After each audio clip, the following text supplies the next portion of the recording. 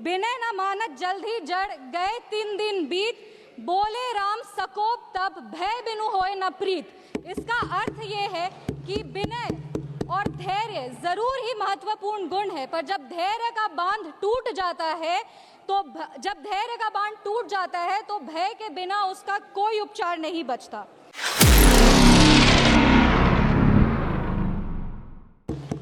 हमको गर्व होता है कि आज ऑपरेशन सिंदूर पर बोलने का अवसर हमको मिला, क्योंकि इतिहास में ऑपरेशन सिंदूर को स्वर्णिम अक्षरों में लिखा जाएगा, क्योंकि विश्व स्तर पर इसने एक न्यू नॉर्मल को स्थापित किया है भारत के लिए। ये न्यू नॉर्मल की जो नींव है वो सदियों पहले रामचरितमानस में लिख दी गई थी, जिसकी चौपाई है, विनय न मानत जल्द ही जड़ गए 3 दिन बीत, बोले राम सकोप तब भय बिनु होए न प्रीत। इसका अर्थ ये है कि विनय और धैर्य जरूर ही महत्वपूर्ण गुण है, पर जब धैर्य का बांध टूट जाता है तो भय के बिना उसका कोई उपचार नहीं बचता। हमारी सरकार के दृढ़ संकल्प से और सेनाओं के अदम्य शौर्य के वजह से आज एक नए भारत को विश्व स्तर पर स्थापित किया गया। ये नया भारत क्या है? ये नया भारत वो है जो शांति के लिए गौतम बुद्ध और महावीर जी के दिखाए हुए पथ पर तो चलता है, पर अगर राष्ट्र सुरक्षा की और राष्ट्र हित की बात हो तो प्रभु श्री राम के धनुष को और श्री कृष्ण के सुदर्शन चक्र को भी उठाना जानता है। आज इस चर्चा के 2 भाग हैं। पहला भाग है पहलगाम पर हुआ अटैक और दूसरा ऑपरेशन सिंदूर। पहलगाम पर जिस तरह से अटैक आतंकवादियों ने किया वो नागरिकों पर अटैक नहीं, वो मानवता पर अटैक है। आतंकवादियों ने धर्म पूछकर उनकी पत्नी के सामने, माँ के सामने, परिवार के सामने, बहनों के सामने सारे जो हमारे देश के नागरिक हैं उनको मार दिया। हम लोग ये पूरा देश वो चित्र कैसे भूल सकता है जब एक नवविवाहित महिला लाल चूड़ी पहनकर अपने पति के शव के बगल में बैठी थी। इसने पूरे देश को झंझोड़ करके रख दिया था।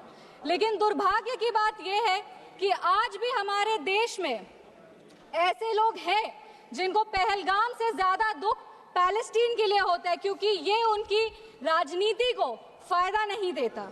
लेकिन जहां राजनीति के लिए कई लोग चुप्पी साध लिए, वहां हमारे यशस्वी प्रधानमंत्री ने राष्ट्र धर्म निभाया और उन्होंने महिलाओं के आंसुओं को ही नहीं पोंछा, पर महिलाओं के स्वाभिमान को और सम्मान को पुनर्स्थापित किया।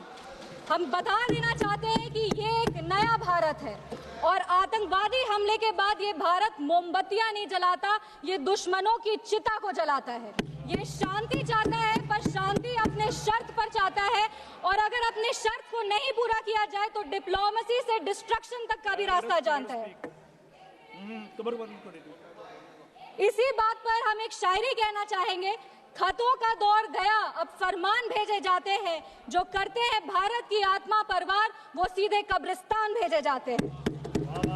अभी अपने कांग्रेस के साथियों का बात सुन रही थी और वो कह रहे थे कि 1971 में इंदिरा गांधी ने ये किया है, 1971 में इंदिरा गांधी ने वो किया, पर वो कभी भी 1971 का क्रेडिट बिहार के बेटे जगजीवन राम जी को नहीं देते हैं, जो तब के रक्षा मंत्री थे।